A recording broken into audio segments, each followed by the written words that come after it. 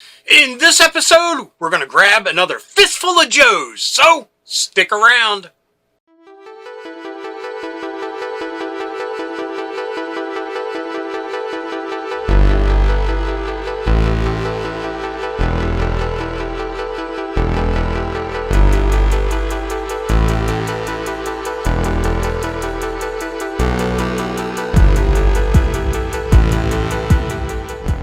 Hello, fellow dorks and dorkettes, and welcome to It Came From My Side of the Laundry Room. My name's Rob, and in this episode, we're going to grab another fistful of Joes. Now, what does grabbing a fistful of Joes means? It means that I keep my G.I. Joes in these little plastic containers. I got a good many of them, and they're full to the brim.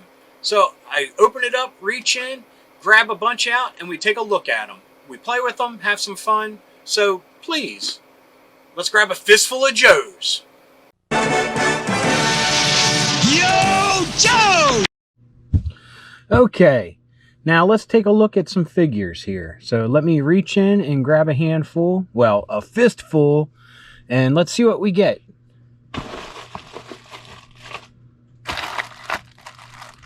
Okay, first one is Breaker.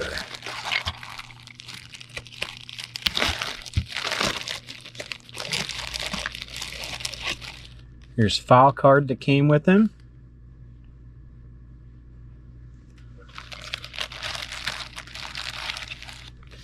And a real nice callback to Flag Points, this Operation Rescue doc form, which I filled out, and I have a doc still in the shipping container. So let's take a look at what Breaker has here. First off, he has a removable helmet. His hair sculpt looks really nice. So does his face sculpt.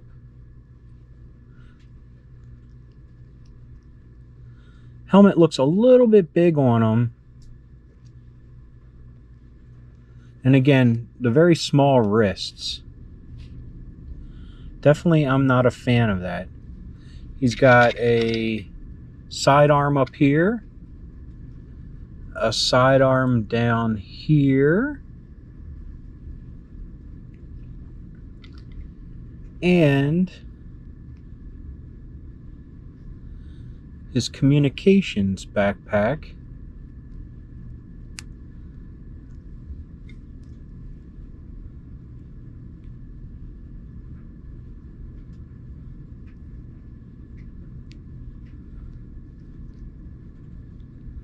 I love that they still fit in the little holes on the helmets.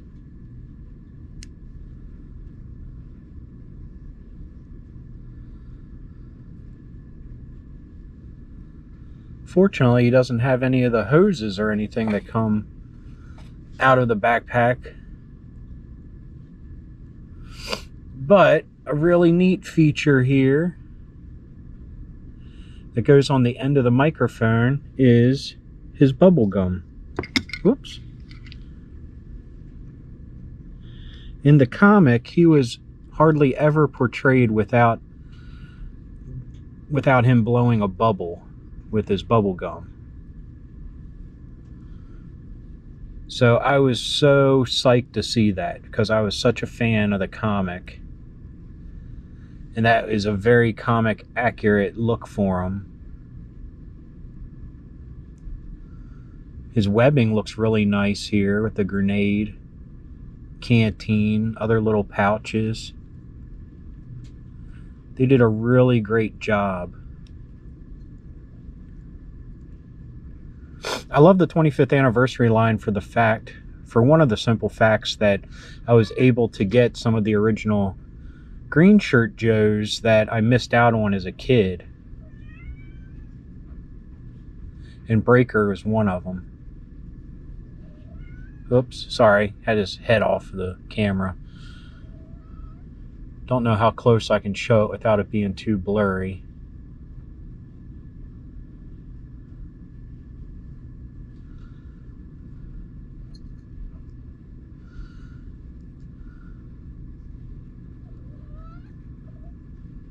If you hear any cat in the background, that's the new cat, Raven. Really fitting in nicely. If you saw the Painting Bumblebee episode, she paid a visit in that one as well. So, really nice figure, very happy with it. So let's put him to the side and see who we have next.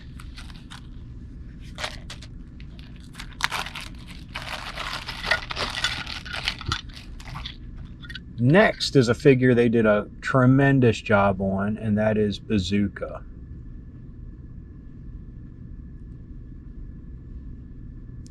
He's bulky. His wrists are big. I would have liked to see more figures have this type of heft and bulk to them.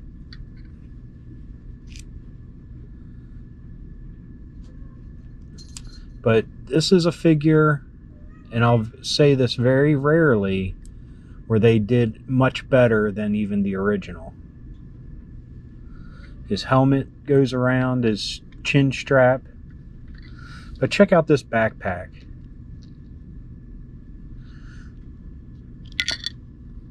He has his namesake bazooka, a hole in it that the rockets can actually go into, or mortars, or rocket-propelled grenades, whatever they may be.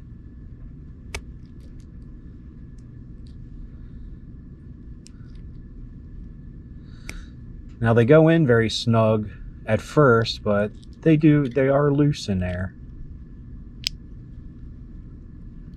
But look at the detail on that canteen. Look at the straps, look nice.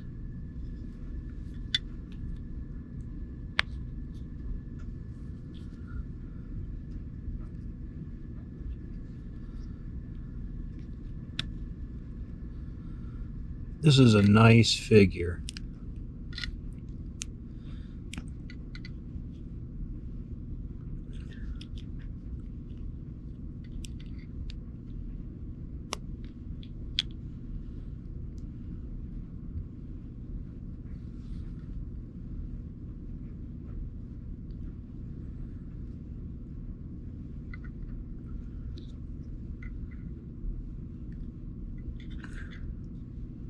Or if there's some way to get it to rest a little bit more flush on the shoulder. Kind of just floats there now, see? But the hand sculpt is perfect for it. I like how the shoulder strap has some like dynamic to it, like it's moving, like it sits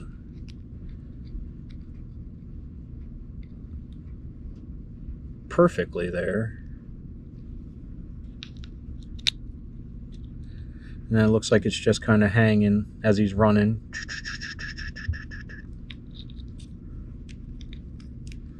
But a great figure. Bazooka, well done.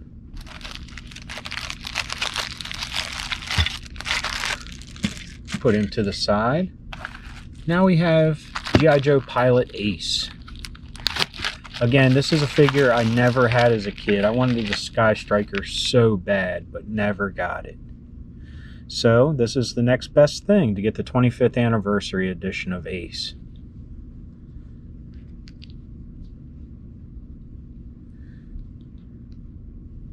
Helmet's a little bit more sculpted than it originally was. Before it was just like a bubble that went over his head, if I'm remembering correctly. Wish there was some way for it to lock on a little bit better. And he doesn't come with any sidearms or anything.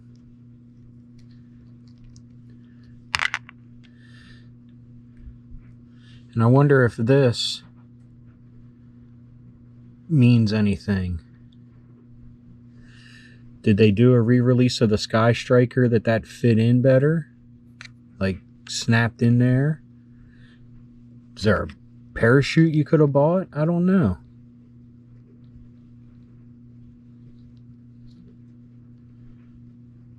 But this would be 100% awesome if that snapped down a little bit better, but it kind of just hangs out.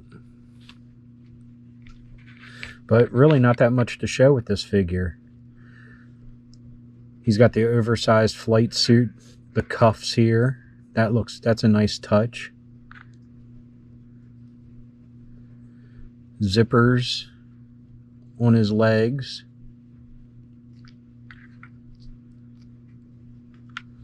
It's a nice figure, just not much to it. So we'll put him back in this bag and see who we have next.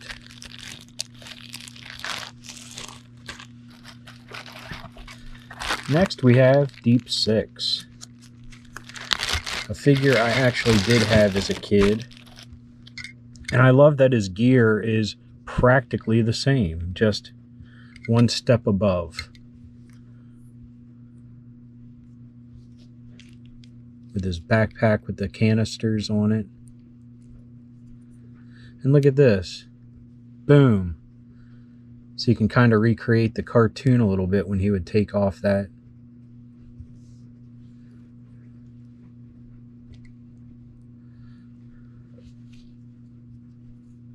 Let's put his flippers on.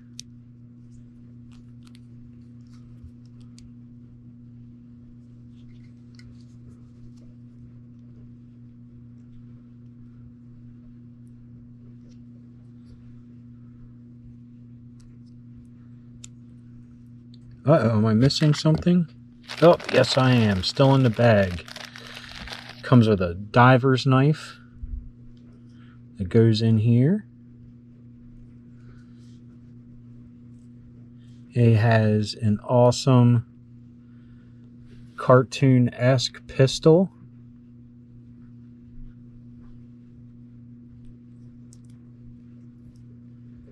And he has his little harpoon gun.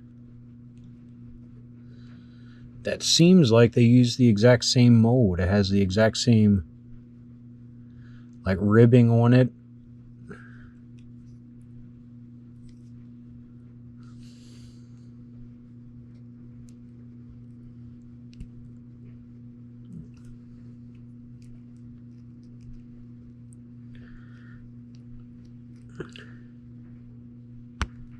Oh, go in there.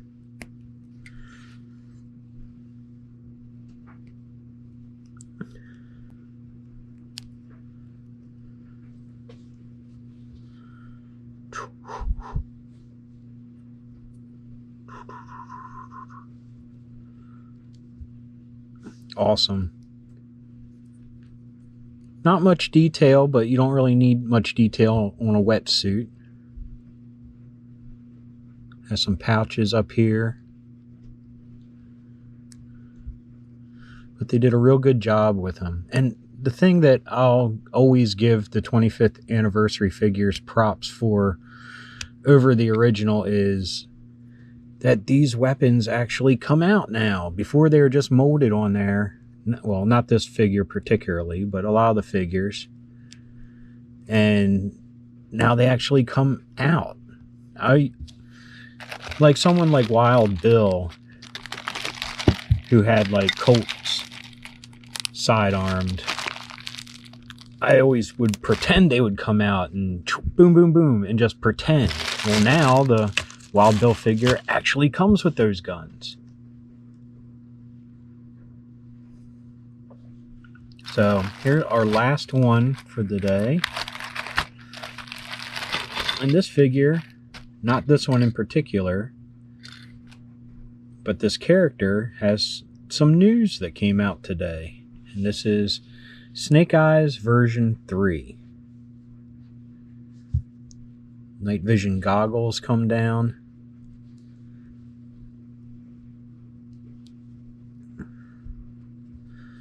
They come off, but he's got a big hole in the side of his head then. They look kind of crooked, don't they? Excuse me. Excuse me for that. Nice molding. Got a place for his silenced Uzi. I don't know if that's a silencer or just a flash suppressor on there. It's got holes in it, so it looks more like a flash suppressor. But holds, can hang like the original.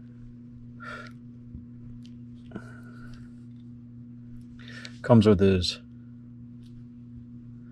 sword with the, I always used to think it was a crystal ball on the end.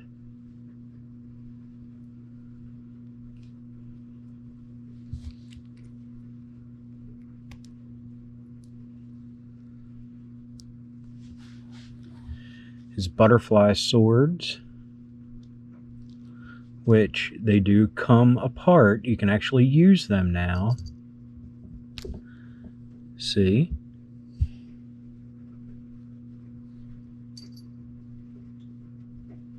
Yet again, one of those things that you used to just pretend as a kid.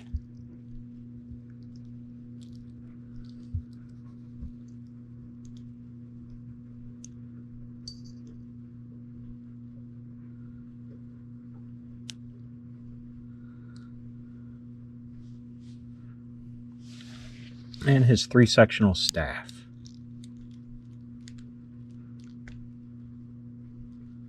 A lot of great detail on it. You probably can't see on the camera, but the knobs of it are very gnarly, like little maces.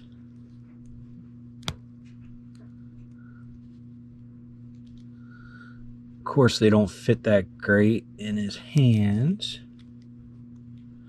because his hands are meant to hold guns, it looks like.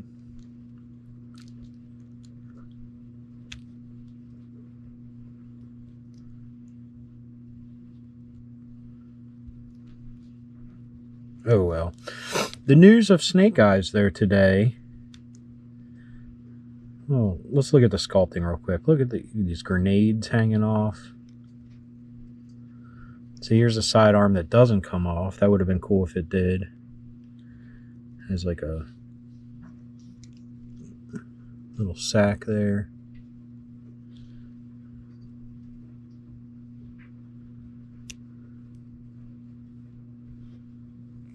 Definitely not my favorite of the Snake Eyeses, but back in the day I could never get a version 2, so this was the next best thing. Because I actually had one as a kid. I think I might still actually have him, just missing his gear.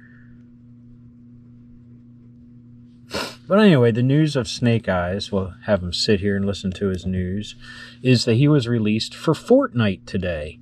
So you can buy his skin and weaponry, which is his swords, in the Fortnite store for V-Bucks, which I'm going to have to actually do. I've never spent money on the game before, but I think I might have to for this. And Fortnite is releasing a Snake Eyes exclusive figure. A little bit pricey. It's going to be $40 for the classified scale. The only differences are he comes with Fortnite weaponry, which some of it is silly, some of it's pretty cool. And he has gray highlights on his pants and the G.I. Joe stars on his shoulders. So it's kind of cool. If it was 20 and not 40, I would definitely get it. But for $40, I don't know. But it's up on Hasbro Pulse right now. I don't know by the time this video airs if it'll be sold out or not, because Hasbro is notorious for that nowadays. But anyway, it's on the Hasbro Pulse website if you're interested in taking a look at it. But anyway, this was Fistful of Joes. We looked at 5 cool G.I. Joe figures. All of them happen to be from the 25th anniversary line this time around. We'll see what we get next time. Maybe it'll be more of a grab bag of different eras. But anyway, back to me. I hope you enjoyed that episode of Fistful of Joes. I know I did. I always love an opportunity to take a look at my G.I. Joe figures. That's the drawback of having so many of them and having them in those little containers. I wish I had room. I would display them all, but I don't, unfortunately. So anyway, I hope you enjoyed this episode. If you did, please give me a thumbs up. If you got something to say, please leave a comment. I love reading them, and I love getting back to everybody. If you're new around here and you enjoyed this or any of the episodes that YouTube is recommending down here, please hit subscribe. And if you hit that little bell icon, you'll be notified whenever there's a new episode. So until next time, thanks for watching. Keep being rad and stay dorky.